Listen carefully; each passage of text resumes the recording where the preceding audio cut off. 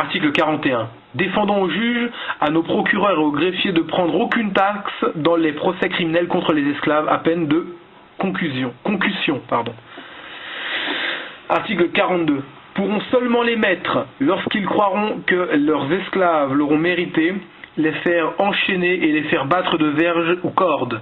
Leur défendons de leur donner la torture ni de leur faire aucune mutilation de membres, à peine de confiscation des esclaves et d'être procédé contre les maîtres extraordinairement. Article 43. Enjoignons à nos officiers de poursuivre criminellement les maîtres ou les commandeurs qui auront tué un esclave étant sous leur puissance ou sous leur direction et de punir le maître selon l'atrocité des circonstances. Et, en cas qu'il y ait lieu à l'absolution, permettons à nos officiers de renvoyer tant les maîtres que les commandeurs absous sans qu'ils aient besoin d'obtenir de nous lettre de grâce.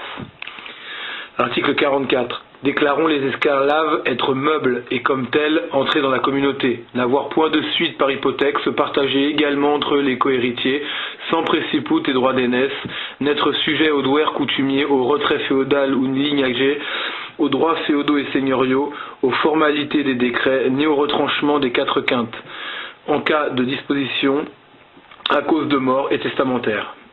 Article 45. N'entendons toutefois priver nos sujets de la faculté de les stipuler propres à leur personne et aux leurs de leur côté et ligne, ainsi qu'ils se pratiquent pour les sommes et deniers et autres choses mobilières. Article 46. Seront dans les saisies des esclaves observées les formes prescrites par nos ordonnances et les coutumes pour les saisies des choses mobilières. Voulons que les deniers en provenant soient distribués par ordre de saisie ou, en cas de déconfiture, au sol la livre, après que les dettes privilégiées auront été payées et généralement que la condition des esclaves soit réglée en toute affaire comme celle des autres choses mobilières aux exceptions suivantes. Article 47. Ne pourront être saisis et vendus séparément le mari, la femme et leurs enfants impubères, s'ils sont tous sous la puissance d'un même maître. Déclarons nulles les saisies et ventes séparées qui en seront faites. Ce que nous voulons avoir lieu dans les aliénations volontaires, sous peine contre ceux qui feront les aliénations, d'être privés de celui ou de ceux qu'ils auront gardés, qui seront adjugés aux acquéreurs, sans qu'ils soient tenus de faire aucun supplément de prix. Article 48. Ne pouvons aussi les esclaves travaillant actuellement dans les sucreries, indigoteries et habitations, âgés de 14 ans et au-dessus jusqu'à 60, être saisis pour dette, sinon pour ce qui sera dû du prix de leur achat, ou que la sucrerie, indigoterie, habitation dans laquelle ils travaillent soit saisie réellement. Défendons à peine de nullité de procéder par saisie réelle et adjudication par décret sur les sucreries, indigoteries et habitations, sans y comprendre les nègres de l'âge susdit y travaillant actuellement. Article 49. Le fermier judiciaire des sucreries, indigoteries ou habitations saisi réellement conjointement avec les esclaves sera tenu de payer le prix entier de son bail, sans qu'il puisse compter parmi les fruits qu'il reçoit les enfants qui seront nés des esclaves pendant son bail. Article 50. Voulons, nonobstant toute convention contraire, que nous déclarons nul que les 10 enfants appartiennent à la partie saisie si les créanciers sont satisfaits d'ailleurs, ou à l'adjudicataire s'il intervient un décret, et à cet effet il sera fait mention dans la dernière affiche avant l'interposition du décret des 10 enfants nés esclaves depuis la saisie réelle. Il sera fait mention dans la même affiche des esclaves décédés depuis la saisie réelle dans laquelle ils étaient compris. Article 51.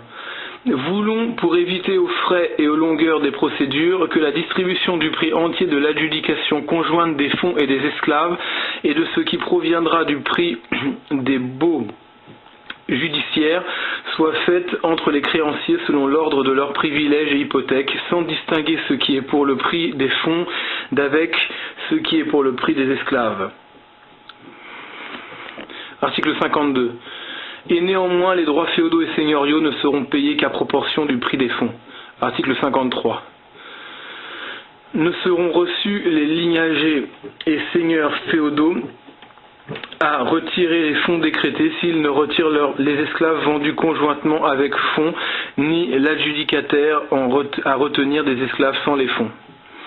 Article 54. Enjoignons aux gardiens nobles et bourgeois, usufruitiers, ammodiateurs et autres jouissant des fonds auxquels sont attachés des esclaves qui y travaillent, de gouverner les 10 esclaves comme bons pères de famille, sans qu'ils soient tenus, après leur administration finie, de rendre le prix de ceux qui seront décédés ou diminués par maladie, vieillesse ou autrement, sans leur faute, et sans qu'ils puissent aussi retenir comme fruit à leur profit les enfants nés des 10 esclaves durant leur administration, lesquels nous voulons être conservés et rendus à ceux qui en sont maîtres et les propriétaires.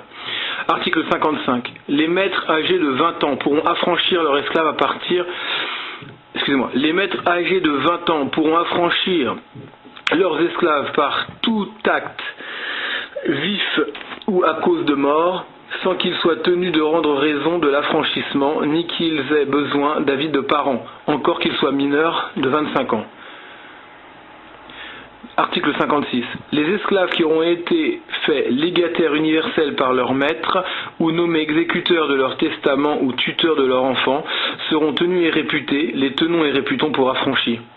Article 57. Déclarons leur affranchissement fait dans nos îles, leur tenir lieu de naissance dans nos dites îles, et les esclaves affranchis n'avoir besoin de nos lettres de naturalité pour jouir des avantages de nos sujets naturels, de notre royauté, terre et pays, de notre obéissance, encore qu'ils soient nés dans les pays étrangers. Article 58. Commandons aux affranchis de porter un respect singulier à leurs anciens maîtres, à leurs veuves et à leurs enfants, en sorte que l'injure qu'ils leur auront faite soit punie plus grièvement que si elle était faite à une autre personne. Les déclarons toutefois francs et quittes envers eux de toute autre charge, service et droit utile que leurs anciens maîtres voudraient prétendre tant sur leur personne que sur leurs biens et succession en qualité de patron. Article 59. Octroyons aux affranchis les mêmes droits, privilèges et immunités dont jouissent les personnes nées libres. Voulons que le mérite d'une liberté acquise produise en eux, tant pour leur personne que pour leurs biens, les mêmes effets que le bonheur de la liberté naturelle cause à nos autres sujets. Article 60.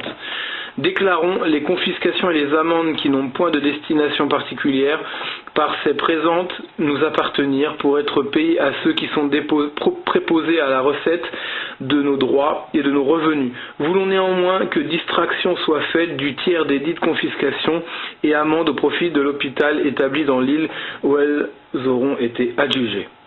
Si, donnons l'ordre à nos aînés et loyaux gens tenant notre conseil souverain établi à la Martinique, Guadeloupe, Saint-Christophe, que ces présentes ils aient à les faire lire, publier et enregistrer, et le contenu en elles gardé et observé de point en point, selon leur forme et teneur, sans contrevenir ni permettre qu'il y soit contrevenu en quelque sorte et manière que ce soit, nonobstant tous est dit, déclaration, arrêt et usage, auxquels nous avons dérogé et dérogeons par ces dites présentes, car tel est notre plaisir. Et enfin, que ce soit chose ferme et stable à toujours, nous y avons fait mettre notre sceau. Donné à Versailles au mois de mars 1685, signé Louis le XIVe.